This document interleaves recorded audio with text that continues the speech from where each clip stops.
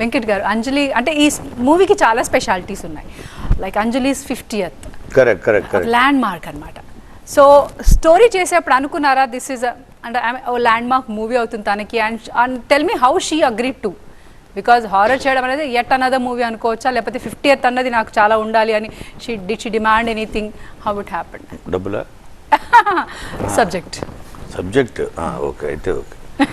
తను ఏంటంటే యాక్చువల్గా అంజలికి ఇది solo film, first female centric film after Seethamma వాకిట్లో.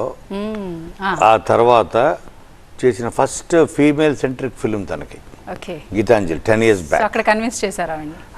సో అక్కడ కాదు, అది that gave our lot of mileage. తర్వాత తన ఫీమేల్ సెంట్రిక్ రోల్స్ క్యారెక్టర్స్ చాలా వచ్చాయి. లెట్స్ ఫర్ ఎగ్జాంపుల్ బెలూన్ ఒకటి వచ్చింది, చిత్రాంగద అని వచ్చింది. లాట్ ఆఫ్ తను she started lot of scripts came our way, you know OTT దగ్గర నుంచి అన్నీ. సో అంటే ఒక సడన్గా ఆల్వేస్ సక్సెస్ గివ్స్ దట్ ఇదనమాట. సో దాంతో ఇప్పుడు గీతాంజలి మళ్ళీ ఎప్పుడు అని వాళ్ళు ఎంటపడేవాళ్ళు నన్ను. సార్ ఏంటి వాళ్ళు వచ్చేస్తున్నారు వీళ్ళు వచ్చేస్తున్నారు, మన గీతానికి సీక్వెల్ ఎప్పుడు అని. మనం ఎప్పుడు వచ్చాము అన్నది కాదమ్మా, బుల్లెట్ దిగిందా లేదా అన్నది ఇంపార్టెంట్. బుల్లెట్ దింపాలి మనం అన్న పాయింట్ ఆఫ్ వ్యూ అందరినీ కూల్ చేసి వెయిట్ చేసి. యాక్చువల్లీ 4 years బ్యాక్ అమ్మకి అది చెప్పా ఫస్ట్ 4 years బ్యాక్ శ్రీనివాస్ రెడ్డికి స్టార్ట్ అయింది ఐడియా. అప్పుడు వచ్చింది నాకు after 6 years of Gitanjali 4 years back వచ్చింది.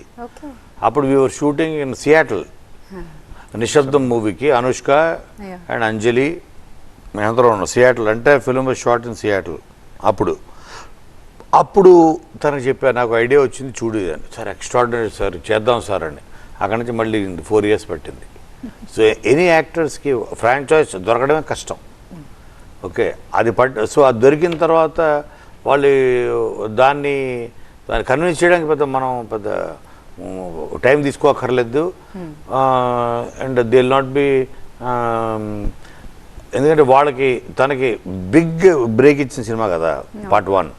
ఇప్పుడు మళ్ళీ 50th ఫిల్మ్ అయినప్పటికీ ఇంకా ఇంకొంచెం ఎక్కువ మోర్ రెస్పాన్సిబిలిటీ ఉంటుంది.